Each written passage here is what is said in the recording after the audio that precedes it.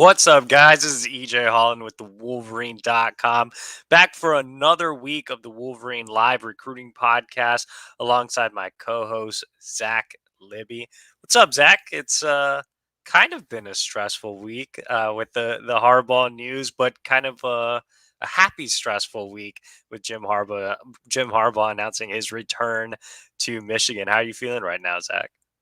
I think, like the Michigan fan base, I think we're also relieved that we don't have to talk about this anymore. So we can't go anywhere but up from here. So it's going to be good.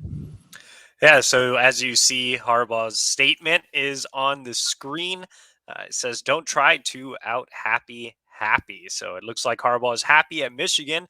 And that means the drama with the NFL has ended for this year, at least. We said it was a one time thing last year, it turned into a little bit of a two-time thing. But the good news is it didn't really last all that long. Last year, you had Harbaugh interview with the Minnesota Vikings on National Signing Day during the late period. This year, they shut it down mid-January. President Santa Ono did a tremendous job. I don't think Santa Ono is watching our shows or really following recruiting in depth, but I knew maybe he does. Shout out to Santa if he's on here. But I think he understood that the longer this kind of dragged out, the worse it was for recruiting, as well as just the program in general, the optics of the entire situation. But Michigan, coming off a college football playoff appearance, Big Ten title, win over Ohio State last year, didn't capitalize on that momentum because the Harbaugh situation took so long to resolve itself. You also had NIL come into factor. You had both coordinators leave, assistants move around. So with Harbaugh situating himself this year by mid-January with most, if not all, the staff staying on board, and it looks like NIL will actually come soon. And I know that's been the topic at hand that's been talked about for a while, but the fact that Ono got this done in a timely fashion, I think gives me a little more optimism that he'll really start to get things moving with NIL, which will be crucial for the 2024 cycle. I don't think that Michigan can afford to have another, fringe top 20 class. I think after back-to-back college football playoff appearances, Big Ten titles, and wins over Ohio State, the expectation should be top 10, top 5 if everything is fair. So, Zach, I mean, just kind of big picture, your overall thoughts on the impact of Jim Harbaugh returning to Michigan in terms of recruiting. I mean, the immediate impact is still within the 2023 class because we still have Nicholas Harbor, the five-star out of DC, who's still uncommitted at this point. You still have others like Cameron Brandt, the Stanford commit that you just put a feature article on. Another one, Jameel Howard, the defensive lineman. There's still targets in the 23 class because Michigan can still land and increase, up their ranking on three. So the median is still found within this class. I mean, the big picture is still within 24, where you still have the quarterback situation with Jane Davis, who's still uncommitted. There's a number of recruits still on top of the board who don't have to ask the question if Jim Harbaugh is going to be on board if they enroll. Like that speculation or educating guess that the administration and the staff has to do now with recruits in the upcoming cycles just doesn't have to exist anymore. So, with today, for example, coaches were on the road. So instead of going through the hoopla of going back and forth of whether or not, Harbaugh's going to stay or not, is just in existence. So I think the mood is just, there's just optimism within this program. I mean, like you said, that they can get to at least a top 10 recruiting class. So big picture, I mean, it's just, once NIL starts getting, matriculated and people under, the administration starts excelling in that area, we can finally get off to having recruiting classes that reflect the seasons that they've had on the field. Before I share my thoughts, it looks like we have a healthy amount of viewers in today. I completely forgot to promote the site. If you guys are joining us, this is the Wolverine Live recruiting show is part of the Wolverine.com, where you can get more insider recruiting information, as well as great team information, basketball recruiting, NIL transfer portal, and you get to be part of a great message board community all over at the Wolverine.com right now for just $29.99 until August 31st of this year. That gets you through the late signing period, spring ball, summer official visit season, and all that good stuff for just $29.99 until August 31st. For those of you that are subscribed, bring a friend. Make sure to spread the word about the job we are doing at the Wolverine if you enjoy it. Also, make sure to like this video, subscribe to our YouTube channel. That is completely free.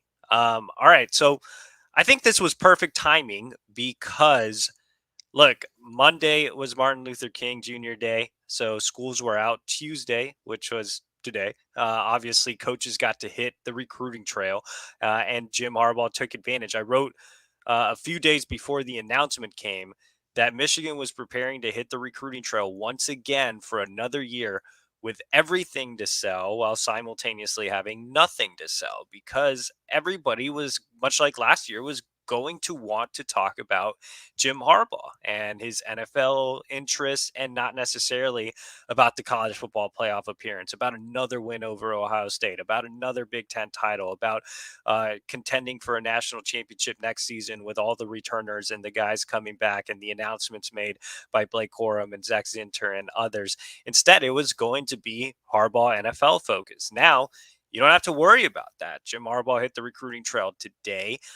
He was out in the Pacific Northwest, and Michigan now has just everything to sell, right? They can sell that on the field success. They can sell that Harbaugh is committed to being at the University of Michigan. They can sell that the staff is mostly, or like I said, if not all members are going to stay intact. So a ton for Michigan to take advantage of. Like I said earlier, they can't afford another cycle where they don't take advantage of the on the field success. You know, having the success that Michigan has had the last 2 years should equate to those top 10, top five classes. There's no reason that a rival program like Notre Dame, that hasn't had the same type of on field success, should be out recruiting you at this point. Michigan should completely be out recruiting Notre Dame. So I honestly believe that now that everything's kind of put together, if they can get that NIL train rolling, I think that's kind of the last missing piece. And there's some few other minor parts that they can improve. But I think that big missing piece is still having an NIL plan in place for recruiting.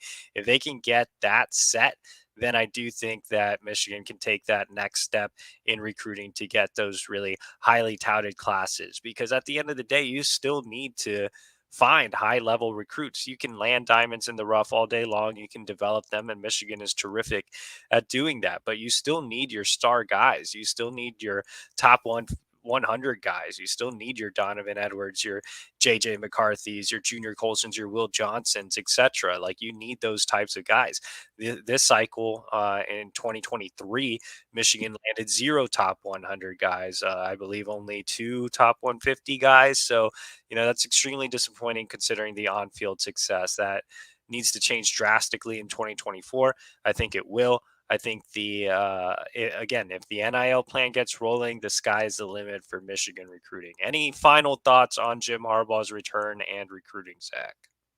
No, I think it's just positivity across the board from recruits and prospects that you and I have both spoken to. Like, I think everyone is still just relieved. Like you said, like, there's no more speculation. We can now move forward with a plan in place starting early, as opposed to last year where we pretty much had to restart after February and then, you know, work out the kinks from there. So, all in all, this was the perfect timing. And, I think Santa Ono in reality showed how good of a president he could be. So, this was a good day for Michigan. This was a good week for Michigan.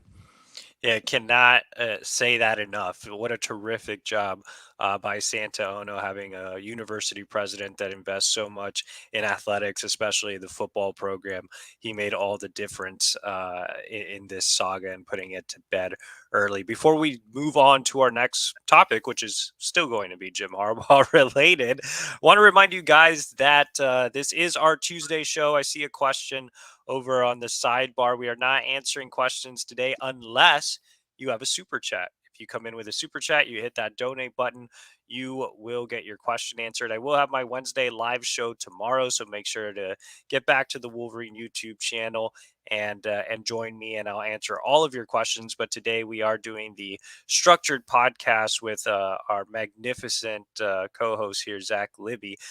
So if you want a question answered, you do have to hit super chat. Tonight is super chat only. All right, let's go ahead and move over to our next topic, and that's going to be Jim Harbaugh and the staff hitting the recruiting trail today. Like I said, Monday was MLK Day, so schools were off, students weren't in class.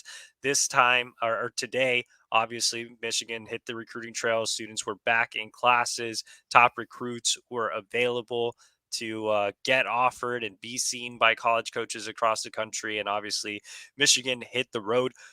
Jim Harbaugh going out to the Pacific Northwest to the great state of Washington, where he saw 4-star 2024 Michigan tight end commit Hogan Hansen. He was joined by Michigan's tight ends coach, Grant Newsome, who also made some other stops around the state of Washington as well. But Zach, you actually had a story up on the Wolverine, which is completely free. So anybody can go check it out. You don't have to be a subscriber. But like I said, if you want to subscribe, $29.99 until August 31st of 2023.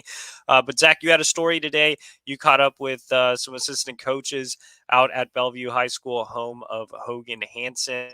To talk a little bit about Jim Harbaugh going there, and you saw the viral clip of him, doing some workouts there, carrying some weights across the indoor field that they have at Bellevue. Just talk a little bit about the buzz coming out of Bellevue High School and what their staff and Hogan Hansen kind of were excited about as far as Jim Harbaugh's visit.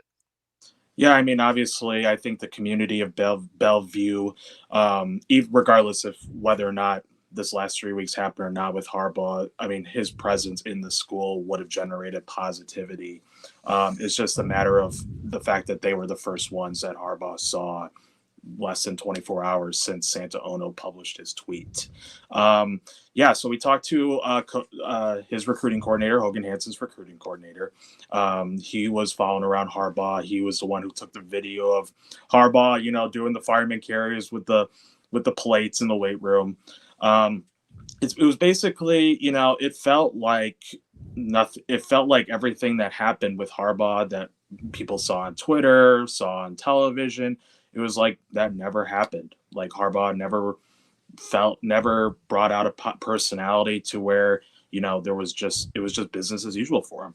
He went on his recruiting visit. He did his trademark lifting weights in the weight room, and he just wanted to show that his future offensive playmaker in Hansen is of utmost importance. Obviously we've talked about Hogan Hansen in the past. He comes from Ford Sports Performance, an organization that we Michigan fans should know very well, considering that they last had Colson Loveland in the organization, and now with Hogan. So there's a good connection there. But yeah, no, it's the general consensus around Harbaugh with everyone at Bellevue in particular is just he's an honest guy. He's straightforward. He speaks from the heart. How he goes about his life is mirrors how Hogan Hansen would. Doesn't care about the spotlight, cares about his own business. Isn't one to care about retweets and likes. I think for them as community leaders, just to see that the head coach of Michigan, right after announcing that he was going to return to the school, was showing that much priority to someone who's still a junior and is still has a year away from signing. I think it's just great I think it was just an example of what people think about Harbaugh on a countrywide scale. Like he's the face of a program that carries a lot of weight. Obviously, Washington is over 2,000 miles away from Ann Arbor. So people care about the Black M. They care about the school. They care about the education. They care about winning. But they also care that the coach who is the face of that program is a Michigan man. And that's what the guy who we talked with for the article mentioned numerous times. So all in all, it was just a good representation of what Michigan can do on the recruiting trail and what Harbaugh individually can bring and provide for his program on recruiting. So all in all, I think as long as Harbaugh continues staying on the road this month, I think we'll get more positivity and more reactions like that. And I think just getting for him to just step out of Ann Arbor and to continue doing his job like nothing happened yesterday, it just shows that he's fully committed to preparing for another college football playoff return and another Big Ten title. Yeah, and I think when you look at schedule wise, I think Harbaugh is going to make it across the country. You still have 2 weeks left here during the contact period, so he's going to see all the big time 2024s, including Jaden Davis, who people are talking about in the chat. He'll head to Charlotte at some point in the next couple of weeks, probably closer to when he sees Nicholas Harbor. That in-home visit likely to take place at some point later next week. Right now, being out west, it wouldn't be surprising to see him make his way down to California to see Cameron Brandt, who's a big remaining target in the 2023 class, currently committed to Stanford, 4-star defensive lineman who Michigan's recruiting as an edge to replace Collins Achiampong, who obviously flipped from Michigan late in the cycle to Miami. I put in a prediction for Michigan to get that done. Brandt is coming in for an official visit this weekend, so that's one to monitor out west. But aside from just Jim Harbaugh visiting the Pacific Northwest, Michigan doing a really really nice job out there in general. Zach talked about Ford Sports Performance. If you aren't familiar with what Ford Sports Performance is, it's an elite training center out in the Seattle area, actually in Bellevue. I've been out to the facility before. Great people, great facility. They produce a lot of high end talent. They train the very best out in the Pacific Northwest, including, like Zach mentioned, Colston Loveland, who is out of Idaho. And so Michigan building great connections there. Albert Karshnia, Michigan's recruiting director, has a nice tie to one of the Ford Sports Performance trainers, Marcus Griffin. So that's kind of helped Michigan get in the door. You've had Jim Harbaugh go out there for a satellite camp in the past, and I believe he's been to the Pacific Northwest every year. And you've had Grant Newsom go out there. You've had Jay Harbaugh go out there. You've had Sharon Moore go out there. So they are investing in the Pacific Northwest, obviously landing Colston Loveland, now landing Hogan Hansen. I think there's opportunity there. I think, even though you have Washington, even though you have Oregon, I still feel like those kids are willing to leave. And talking to kids from the Pacific Northwest, talking to the coaches involved with Ford Sports Performance, they just say there's kind of a little bit of a Seattle type feel to Ann Arbor. And so they really like the vibe. That whole group came out for a visit. A couple years ago, and Hansen made his way to Michigan in the spring before he committed. So yeah, I think they're doing terrific work in the Pacific Northwest, and they see opportunity there for sure. The one coach I want to highlight from talking about Michigan coaches hitting the recruiting trail today is Mike Hart, and everybody knows that I have been Mike Hart's biggest critic so far. I want to see Mike Hart embrace recruiting. I want to see him land a highly touted back that other programs want as well. And today was the first day that I really, just from looking at social media stuff, from talking to guys down in Texas, that I really felt Mike Hart attack the recruiting trail with an enthusiasm unknown to mankind. And that was terrific to see. I'm super excited about that. Look, I don't want to be a bad guy. I don't want to rag on anybody. Especially don't want to rag on a Michigan legend like Mike Hart.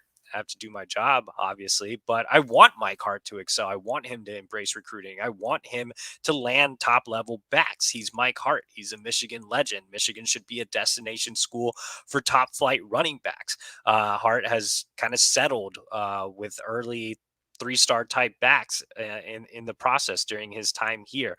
Now he's going after some bigger kids. He's going after Taylor Tatum, who we saw today, and I'll talk about here in a second.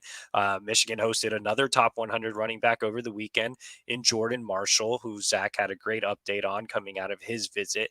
But guys like that, Michigan needs, especially with Donovan Edwards and Blake Corum departing soon. You need more of those types of backs in the running back room, which Michigan doesn't necessarily have right now. So it's imperative for Mike Hart to really get going on the recruiting trail, not just with running backs. The status that Mike Hart has as a former Michigan great, as one of the best position coaches in the country, he should be able to help land top kids across the board. I mean, he's Mr. Michigan. He's a Michigan man. He should be helping with other position groups as well. If Mike Hart takes as much pride in coaching as he does, I mean, it takes as much pride in recruiting as he does in his on the field coaching. I think you're looking at one of the best overall assistants in the entire country. So it was great to see Mike Hart take that step forward and really be enthusiastic, sending out offers, making a ton of stops, going down to Texas right away, and seeing a top 100 prospect in Taylor Tatum. Great job by Mike Hart. I can't say enough great things about today's efforts, and hopefully that'll continue. And that's a trend for this entire recruiting cycle. But Taylor Tatum is the guy he saw today, one of my favorite prospects in the 2024 recruiting class, ranked as the number 2 overall running back in the 24 class out of Longview, Texas, down in East Texas, which is a great hotbed for talent. Tatum is a high level football recruit, obviously. He's also a high level baseball recruit. He is set to make his first ever visit to Michigan on January 28th. I broke that news last night. So, again, another reason to subscribe to the Wolverine.com. We have you covered on all the visitor news coming up for the next few weekends. But I think Tatum is that top back, and he's notched offers from Alabama and Ohio State and a few others this week. He has a ton of big time offers that were already under his belt, but he really likes Michigan's baseball staff. He's starting to form a nice connection with Mike Hart. It's clear that Hart is making him a priority by going down to see him in Texas today. I'm really interested to see what he thinks about Michigan coming out of his visit later in the month. Now, I do think right now Marshall is probably the more realistic land. He's visited Michigan 3 times now. He's closer, being an Ohio kid, but I think Tatum is a bit of a better prospect, and I do think that Michigan has a legitimate chance here. I think with the baseball aspect and with the fact that he is very open right now. No true leader in his recruitment. Told me that distance won't really matter. And he just seems kind of like a Michigan type of kid when you talk to him as well. I think Michigan's going to be a true contender here. The fact that he's paying his own dime all the way from Longview, which isn't necessarily super close to Houston and not all that close to Dallas either, having to find an airport that gets you to Ann Arbor or that gets you to Detroit to get to Ann Arbor can be a difficult task, especially with flight prices the way they are right now. So I think it's huge that Tatum's making his way to Michigan on January 28th, and obviously huge that Hart was out seeing him today. Before we move on to our next topic, Zach, do you quickly want to touch on Steve Clinkscale heading down to Ohio, which has become your second home? I've been on there so many times, it's insane. But I mean, a little bit on Hart before I go into Clink. Like, Hart could be considered to be among those consistents who could be among, like, Brian Hartline or Vince Marrow, who can mimic his on-field development with recruiting if he embraces that part of the job. And I think we're starting to see a little bit of what he can do based on what he did today with his Texas trip and getting Taylor up and getting Marshall up last weekend for the visit. So I think there's a lot of confidence or trending confidence in what Hart can do as a recruiter. But with Steve Clinksdale, yes, Clink has remained in the state of Ohio, recruiting, setting up relationships in all parts of the country. I mean, in all parts of the state. That includes Cincinnati. That includes Cleveland. That includes Youngstown. That includes Columbus. Today, he went to go see 2025 top 100 quarterback Ryan Montgomery, and as we know, he's one of the 3 quarterback targets of that class. Last week, he was in Cincinnati and offered several Cincinnati up-and-comers in the inner city and in the suburbs. The resounding opinion of Cincinnati kids of Michigan is that it's an opportunity to play, for a school that's rivals against the other school that's, I don't know, 100 miles away from each other. I think in Youngstown, especially where he grew up, where he was born and raised, the connections that, families of recruits that have with the Clinksdales, it goes a long way. And then in Cleveland, obviously, we saw Bryce West, the top 100 cornerback, make his return visit after going out for the Michigan State game. And as we know, Bryce West is one of the, if not the top cornerback target in 2024. I've been a champion and a big fan of Klingsdale's recruiting prowess. Him successfully landing 4 recruits in 2023, all from Ohio, was a big deal. It might have arguably saved the conversation of heavy critiques of what could have transpired in 2023 had it not been for Klingsdale. Um, I think him having expanded connections in South Florida, Kentucky, Tennessee. This is, I think he's bound for great things in terms of promotions. It would be unfortunate for Michigan to see him leave. I would love Michigan to promote him in any way possible, or at least keep him. I think as long as we're talking about Michigan invading Ohio for recruiting, it all starts with Klingsdale. And then I just there's so much talent in Ohio, and I know people say it may not have as much talent as it was in previous years, but Clingsdale knows how to evaluate, monitor, establish relationships, and get these kids up on campus as soon as possible. And that goes all the way from the 5 stars all the way to the 3 stars. It starts with Bryce West. It starts with Brian Robinson. It starts with Jordan Marshall. And I think as long as Steve is here, we're going to keep talking about how successful Michigan is in competing with Ohio State for kids in their own backyards. So, I think I consider Klingsdale to be the best recruiter for the 2023 class, and I don't see it being any different for 2024. It looks like we have a super chat from our very own Clayton Safey jumping on board saying, how much can you guys deadlift more than Jim Harbaugh? I'm not sure I can deadlift more than Harbaugh. I've kind of taken the last year away from working out. I don't remember what my max was in high school. I can tell you that I once was able to bench 275 pounds, and I do not feel like I can do that anymore at all. But I would feel like Harbaugh has me beat. I don't know if Zach is a weight room warrior or not. I squatted 405 once in high school.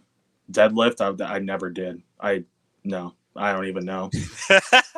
Yeah, Honestly. I don't know. I don't know how much I would deadlift, but I would bet money that Harbaugh would outlift both of us since it seems like he's always working out. So shout out to our own Clayton Safey for donating via super chat. Remember, guys, I will be back tomorrow with my own recruiting show answering your questions. That is the Wolverine recruiting chat. Today is just more of a structured podcast. I've seen some questions, so we're not ignoring you guys. We just kind of are because you haven't donated money.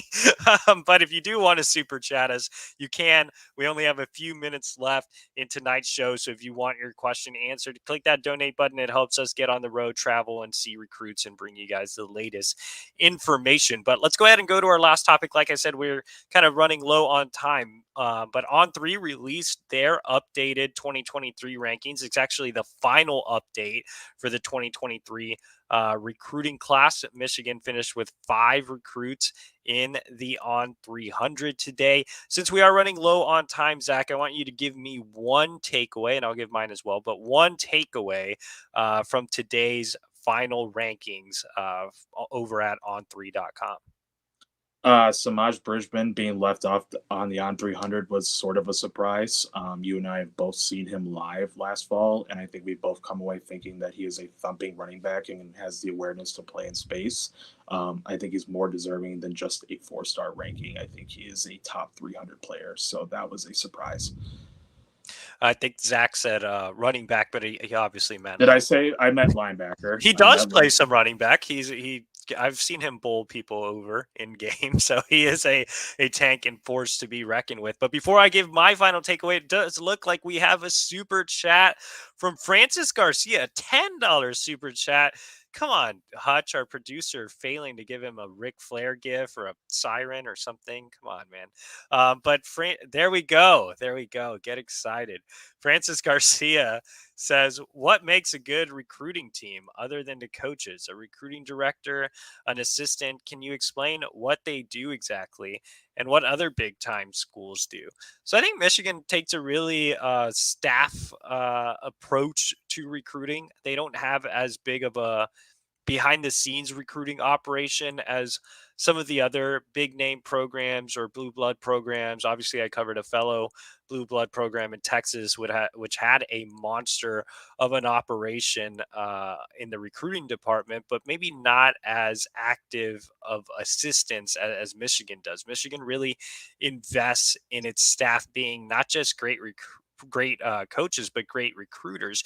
You even have an assistant that has recruiting coordinator as his title in Mike Elston, and Elston's kind of all over the country, building relationships at all positions, and does a terrific job recruiting and teaching defensive linemen.